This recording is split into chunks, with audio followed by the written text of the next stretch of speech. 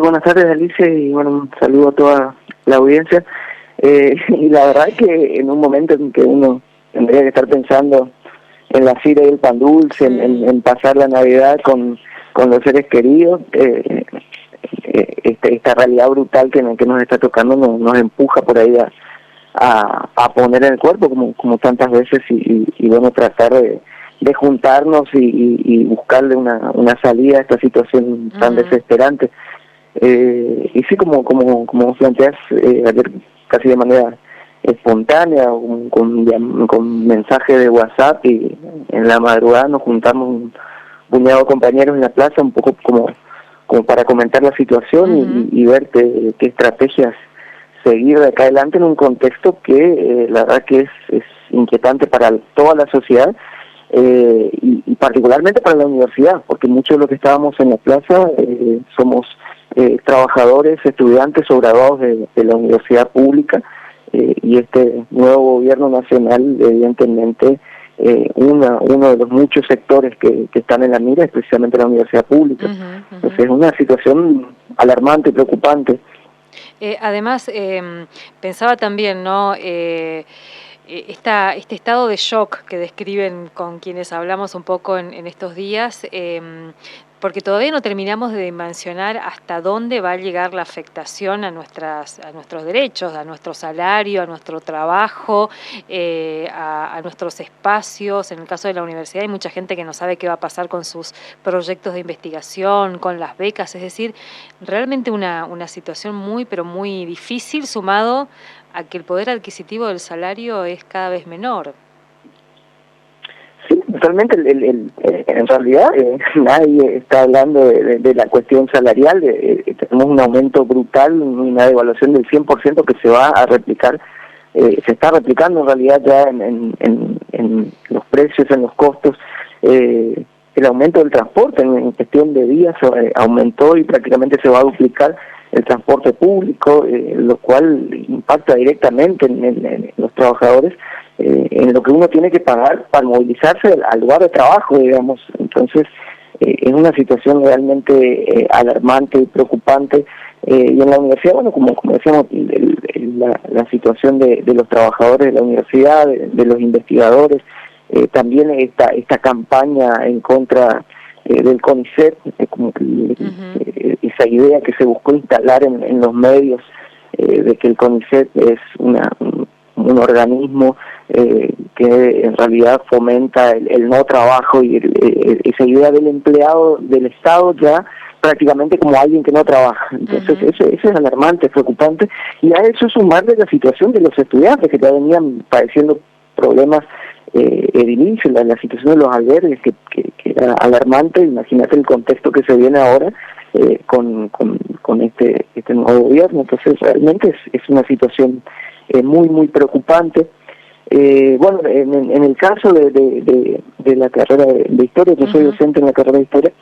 En realidad en la plaza había varios estudiantes graduados y docentes, inclusive varios consejeros del Departamento de Historia, y ahora se está elaborando un documento que me parece que es lo que debería hacer también la universidad, rechazar y repudiar tanto el protocolo, este protocolo fascista que busca, digamos, domesticar a la clase trabajadora, y por otro lado el ajuste en sí y ese DNU que ya no solo atenta contra los derechos de los trabajadores, sino que es directamente antidemocrático, porque es impensable que una reforma estructural de ese tipo se haga a través de un decreto de necesidad de urgencia, que supuestamente tiene que estar centrado en cuestiones muy específicas y puntuales. Entonces hay un avasallamiento también del Congreso Nacional, y resulta alarmante la poca respuesta que tienen los partidos políticos tradicionales y los grandes sindicatos, digamos, la CGT y las centrales gremiales tendrían que estar convocando a un paro general, porque la situación realmente es alarmante. Ayer se escuchaba un poco en esa asamblea esto de poder mirar lo que esta crisis desde una perspectiva histórica, un poco también para poner en dimensión lo que estamos viviendo, ¿no? En algún momento desde la implicancia de un decreto de estas características, pero también uno puede pensar la historia de luchas que tiene y de resistencias que tenemos como pueblo también, ¿no? Mirarlo, no solo la foto, digamos, sino mirar un poco en perspectiva. Sí, y en cuanto a la historia, estamos hablando con varios colegas, inclusive, bueno, nosotros tenemos un equipo de cátedra, digamos, la historia argentina contemporánea, digamos, son temáticas que por ahí se discuten en la clase y en realidad se nos quemaron los libros porque una reforma de este tipo tan brutal y al momento mismo de asumir prácticamente un nuevo presidente no tiene antecedentes. E inclusive los antecedentes históricos que invoca el propio Milei, que por ahí reivindica la imagen de Roca, buscando reflejarse en ese espejo, digamos, tampoco es cierto porque digamos, una de las características del roquismo es crear un peso unificado como moneda nacional y darle fuerza y este gobierno lo que está buscando precisamente es destruir el peso, prácticamente tender hacia una economía dolarizada. Entonces no hay muchos antecedentes históricos y desde el trabajo científico cuesta bastante también analizar una realidad en la que ya muchas de las cuestiones no pasan por el campo de la racionalidad, sino por la cuestión afectiva y por la irracionalidad, digamos, en una situación en que el odio y el amor están a flor de piel, tanto de los simpatizantes de uno u otro bando. Entonces eso es un contexto que hace difícil encontrar puntos de comparación en cuanto a la figura de Milei como presidente. Pensaba ahora, eso lo que sí, para mirar cómo se presenta inclusive Milei, ¿no? Él se dice libertario anarcocapitalista, o sea, es como... Sí, son cuestiones totalmente contradictorias. O sea, el anarquismo históricamente luchó contra el capital, como el anarcosindicalismo como una cosa amorfa que no se sabe muy bien qué es.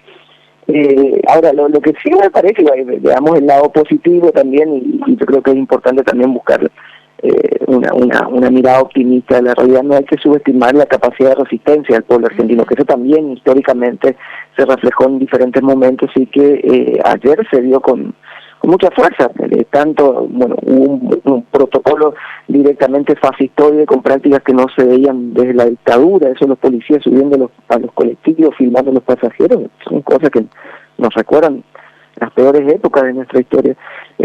Pero igual se hizo la marcha y se pudo concretar, pese a todos los protocolos, la marcha salió, se concretó, y lo más interesante es lo que pasó a la noche, o sea, la reacción espontánea de la gente, ni bien se transmitió por cadena nacional el mensaje de Milei, la gente salió a las calles.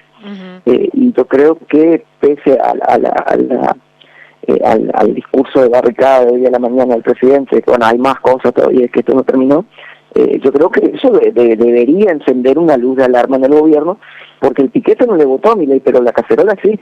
Entonces lo que salió a la calle ayer en Capital y en muchas de las provincias argentinas era un sector de gente que por ahí le votó a Milei y que no se esperaba esto. Ahí ese discurso de que la casta iba a pagar el costo del ajuste prendió a mucha gente. No, y además en algunos te decían, no, eso no lo va a hacer, no, porque eso no lo puede hacer. Otros inclusive te decían, no, el peronismo no le va a permitir hacer eso. Como, háganse cargo ustedes después, o otros que se hagan cargo. Sí, esa también es una lección de la historia, digamos, la política del arte de lo posible, digamos, hay muchísimos casos de cosas que supuestamente no se podían hacer y en algún momento ocurrieron. También ayer se veía, y me parece muy interesante esto que vos decías, el cuestionamiento desde las centrales sindicales, las dirigencias de todo tipo, porque ahí también este cuestionamiento por qué van a hacer nuestros legisladores, diputados, senadores, y también hasta a la docencia, digamos, ¿no? Se escuchaba ahí qué estuvieron pensando, qué estuvieron dialogando con los estudiantes cuando se cree que hay un sector muy importante de jóvenes que se sintieron interpelados por Milei, aunque no sean los únicos, ¿no? Sí, es una cuestión, digamos, bastante alarmante que se viene dando en los últimos años, sobre todo no en todo, pero en un sector importante de los chicos, incluso los chicos de secundaria. Hoy en día la fascinación que tienen hacia los autoritarismos, no sé si eso tiene que ver con las redes sociales, con el tipo de productos que consumen a través de las redes, o con qué tendría que ver, pero es muy fuerte la fascinación incluso de muchos chicos con el nazismo, por ejemplo, y la reivindicación pública de la dictadura, bueno, esa cuestión del orden impuesto de manera violenta, que por ahí para una generación que no vivió ya y que le contaron eso, digamos, no es algo tan negativo, inclusive reivindican como algo positivo. Eso es una de las cuestiones más alarmantes. Yo creo que es más alarmante todavía que la cuestión puntual de Milei, digamos. Bueno, ¿qué nos pasó? Que en un país que vivió lo que vivió, como fue la Argentina, empiecen a aparecer este tipo de manifestaciones y tomen fuerza. Y entre los docentes también es una cuestión que, bueno, creo que lo hablamos muchas veces, la cuestión de la conciencia de clase, de cómo en el sector docente, supongo que en muchos sectores debe pasar lo mismo, pero yo hablo de la docencia porque es un sector que conozco mucho, trabajé durante muchos años en la escuela secundaria. Es muy llamativo eso, como ese discurso de que el docente no se ve a sí mismo como un trabajador, sino como un profesional, genera este tipo de cosas. Bueno, yo no quiero ser piquetero, yo soy un docente, soy un profesional, entonces esa o acá discutimos salario, política la, no, te dicen, acá discutimos salario, política no. Sí, inclusive eso que es una cuestión histórica también de la lucha docente, donde hay un montón de cuestiones estructurales a resolver y la discusión siempre empieza y termina en lo salarial, digamos. También es una limitación y que es una matriz que en algún momento habría que romper también. Daniel, decíamos también ayer, bueno, una oportunidad para rediscutir, para volver a generar esos espacios asamblearios, porque la verdad que 4 de la mañana, 3:30 de la mañana, que la asamblea todavía en la Plaza 9 de Julio esté discutiendo, es un dato más que interesante. Sí, eso es algo que, bueno, 20 años después genera una reminiscencia muy fuerte a lo que fue el 2001, porque si hay algo que tuvieron mucha fuerza en ese momento, fue el surgimiento de todo el movimiento asambleario y esa, digamos, esa posibilidad de juntarme con el otro y pensar un concepto de democracia por ahí más amplio, que no sea solamente esta democracia representativa, que hay que elegir un presidente y aguantarse, haga lo que haga durante 4 años. Bueno, pensar que la democracia también es otra cosa y que tenemos derecho a demandar a las autoridades cuando no cumplen con lo que prometieron o con lo que se esperaba de ellos. Entonces, ese tipo de discusión me parece muy interesante y yo creo que más allá de la explosión espontánea que fueron a ver los cacerolazos a nivel nacional, eso se tiene que estar gestando ahora, esa instancia de juntarme con el otro y bueno, de ahora en más, ¿qué hacemos? Esa es una cuestión fundamental y muy rica de estos momentos de crisis, digamos, porque la crisis, más allá de la angustia y de la negatividad de la situación, son momentos también en los que se generan otros caminos y otros futuros posibles. Pensaba, ya hay efectos de este decreto que está, hay que decirlo, se publicó en el boletín oficial y está en vigencia. Hay varias presentaciones ya como acciones, como medidas cautelares, pero está vigente y una de las normas que ataca es la ley de tierras en una provincia como la nuestra, donde también hay toda una historia acerca de las disputas que se dan en relación al acceso a las tierras Y otro efecto es el INIM. Ya el gobierno provincial decidió, el gobierno provincial avanzar hacia un instituto provincial, marcando que no va a dar la pelea por defender el Instituto Nacional a través de sus legisladores. Es decir, que ya hay acciones y cuestiones como muy concretas. Y a medida que la sociedad vaya tomando conciencia de la profundidad y la gravedad de todo esto de todo este paquete de medidas resumidas en ese DNU, yo creo que va a aumentar la resistencia. Yo creo que la bronca va a ir en aumento cuando empiecen a aparecer las boletas de luz el mes que viene, cuando empecemos a ver que no podemos mantener ya el límite básico de un estándar de vida normal. Yo creo que la resistencia va a ir en aumento. Yo creo que los productores tendrían que empezar a movilizarse también, porque acá esta desregulación de la economía le echa los leones a los productores. El INIM, según expresa el decreto, lo único que va a hacer es controlar la calidad del producto de la mate, o sea, va a ser una cuestión muy totalmente desvinculada del precio del producto. Entonces es una situación alarmante. Y de la tierra lo mismo, esto de en tierras de frontera, digamos, como la Patagonia, Misiones, esta medida afecta profundamente a nuestra realidad provincial, digamos, porque muchas veces parece que estos grandes temas ocurren en la capital y no acá. Sí. Pero estas son dos cuestiones concretas que nos van a afectar y mucho en nuestra realidad cotidiana. Ayer cuando hablábamos con Hugo San de APAM nos planteaba esto, ¿no? Porque anticipaba ya este escenario de afectación de las facultades del INIM y relacionada con la problemática de sostener las chacras y de que se viene también una gran avanzada sobre eso, sobre pequeños productores que no van a poder quedarse en las chacras y van a terminar, decía, malvendiendo sus tierras. Sí, que en realidad no va a ser otra cosa que la continuidad de un proceso que se viene dando desde hace muchos años. O sea, en realidad ya prácticamente desde los 80, 90 se empieza a dar un proceso de concentración de la tierra que acá con esta medida va a peligrar ya directamente la existencia del pequeño y mediano productor. O sea, un poco tiende a eso también toda esta política económica, va a haber una concentración brutal del capital.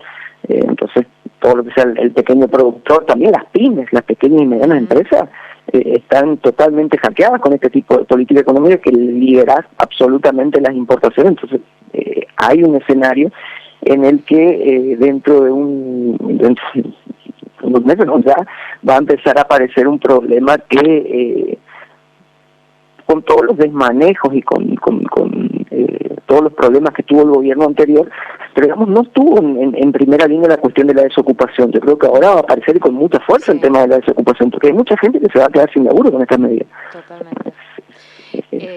Así que bueno, Daniel, te queremos agradecer este tiempo aquí en la radio de la universidad. Después seguramente vamos a estar también difundiendo el pronunciamiento que tengan desde la carrera de historia, como para sumar a los pronunciamientos que se vienen dando a partir de las medidas que se dieron a conocer en estos... Todavía no se cumplieron 2 semanas, pero bueno, pasaron muchísimas cosas en este tiempo. Así que mil gracias. Bueno, gracias a vos por el espacio y bueno, nos estaremos viendo seguramente. Seguramente. Muchas gracias. Hasta luego.